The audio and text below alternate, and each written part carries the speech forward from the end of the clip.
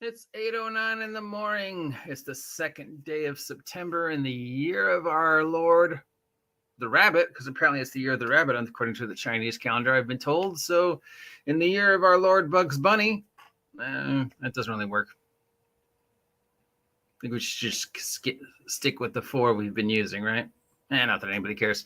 Yep, it's about, I don't know what it is. It is gray and foggy, but also feels very muggy today. So 74 and who knows. Broadcasting live from a small island up the coast of Costa Rica. It is I, a very sleepy OGGM, Saturday morning at 8:10 with some news from Paizo. So yesterday we said that Paizo was doing some play testing of something new. Didn't really know what. Turns out they were playtesting 2 brand new classes for Pathfinder 2nd Edition that will be released in 2024 to go with a year-long campaign arc that they're doing for both the Pathfinder Society and normal Pathfinder 2nd Edition play. Wow, year-long campaign arc to completely change your world. That's completely original idea. I mean, yeah, nobody's ever done that before. All right, so let's take a look at these new classes and see what information we have on them. So apparently the gods are going to die, and your players will be drawn in as pawns in the conflict. And in order to facilitate the changing of the gods, there's introducing 2 new classes. The first is the Animist, and the second is the Exemplar, or the Example. Exemplar, which example, or the most bestest example of something. Yeah. I can already see the jokes. And an Animist. All right, so we've got this picture of the Animist. And it's this lovely young humanoid with a hat. And there's a deer spirit behind them. And they're carrying a shillelagh. And they've got some armor made out of wood, and they've got a blowgun, because I guess they're supposed to be tribal, and they're wearing pants made out of lamellar, and I guess they're supposed to be deer. All right, so let's see. The Animist will be a wisdom-based divine spellcaster, because, yeah, we've never had those before, with bonds to aspiration, spirits who share their power and knowledge in exchange for the Animist to act as their agents in the physical world, because, yeah, the wise spellcaster can change their abilities each day or moment to moment based on which aspiration they align themselves with.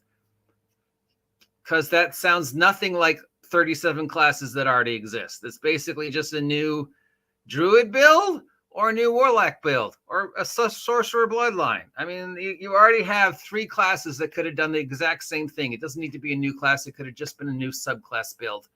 All right. What's your power? I get my powers from the spirits of the animals in nature. Okay, so you're a druid. No, my spirit powers allows me to be an agent of those in the physical world. So you're a druid. Yeah, but I can change my powers from day to day. So you're a sorcerer or a druid. It's literally just a druid build. Just, yeah, no, okay. Moving on to apparently Maui. For some reason, we have Maui as a character class in Pathfinder now. See what's happening here. You're face to face with greatness and a strange. Don't be surprised. Yeah, okay. So what does the Exemplar give us? The Exemplar will be a Pathfinder 2nd Edition first rare class. Charisma-based divine warrior. They can move their divine spark between receptacles called icons, spelled IKONS, to unlock potent effects and ability. As their power grows, so does their immortal legacy. So a paladin or a barbarian. What the fuck is a rare class? Pathfinder 2nd Edition rare class. What does that mean? Pathfinder rare class.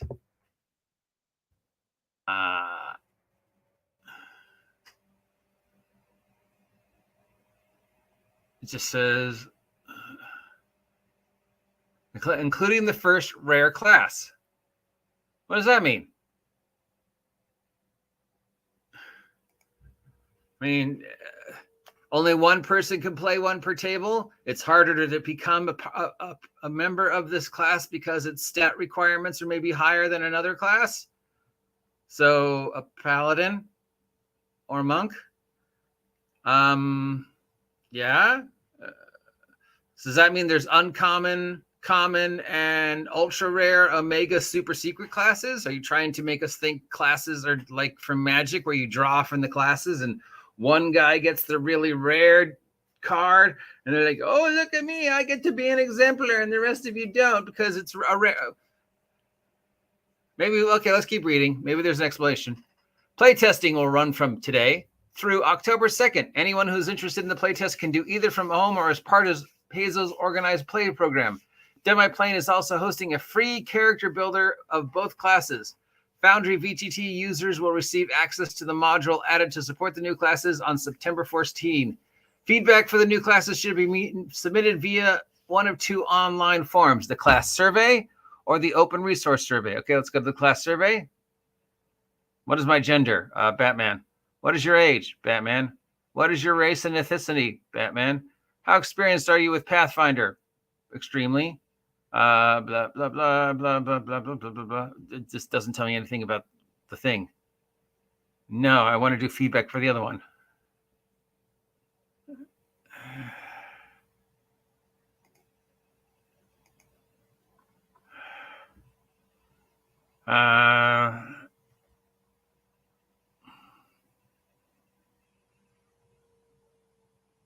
Yeah, this just doesn't tell me why it's a animus classed.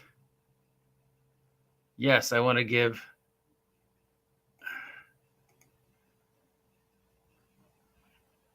I don't know, 1. What's the highest level you're? Come on, I don't want to. Please explain the class to me.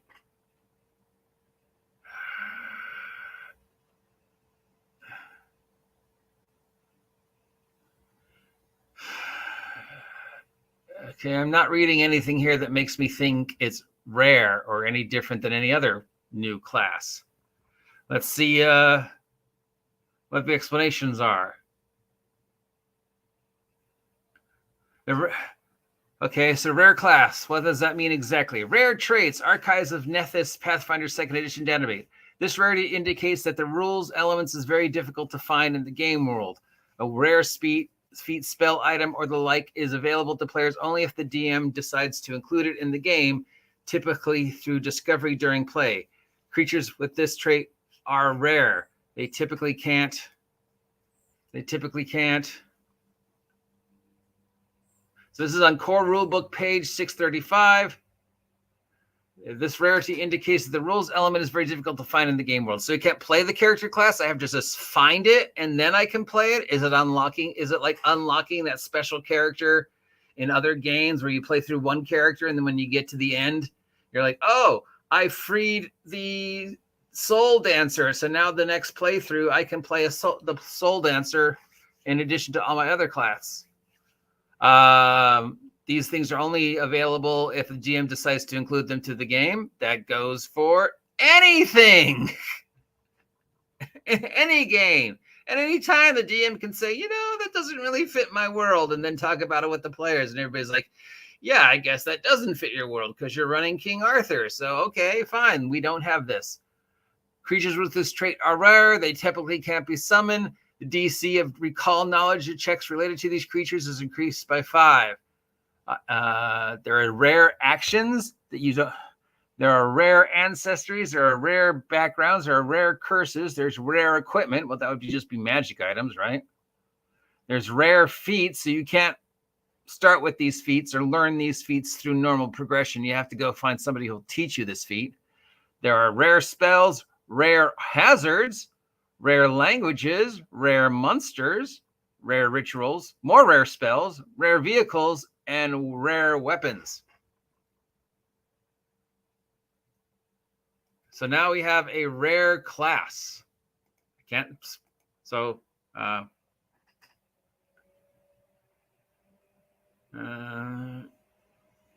might have something to do with organized play, I guess. Maybe like you can only play through this class through certain organized play scenarios. But if it's going to be in a book and the players and the DM pick up that book, And they're going to go, yeah, this is in the book. I want to play it. I want to be Maui. And the DMs can either say, yeah, I'm totally going to allow that class, or the DM's going to go, no, because this is basically just a new build it's literally just a paladin or a barbarian subclass with paladin-like powers, or a paladin with savage barbarian-like powers. It doesn't really need to be its own separate class. Maui's a demigod, he's a cleric paladin. And this animist, I get my powers from nature spirits. That's totally a druid / warlock or sorcerer build. Charisma-based divine warrior. That's a paladin. That can move my divine spark between receptacles. So holy smite, or I could maybe change it to put holy defender instead of holy smite. Oh, I'm pretty sure that already exists in at least one paladin build. And then as I get higher level, I get closer to my immortal legacy because I'm a paladin and God specifically chose me to be its, fighting sword thing online. Or I'm a demigod, the child of two gods. Or as I level up, I'm increasing my powers to become more like Maui.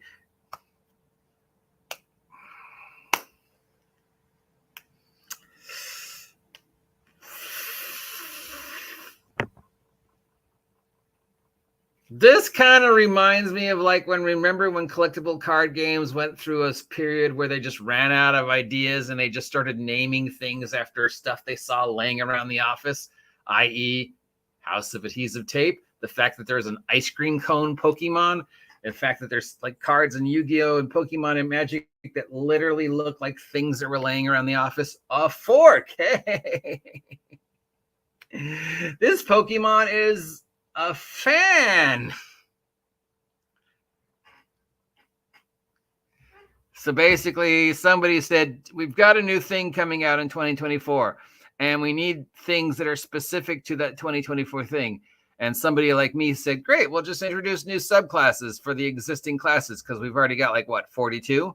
And somebody else went, no, we need brand new classes because that way people are more likely to buy this. And then somebody like me went, no, they'll still buy it if we just include the rules for the new subclass.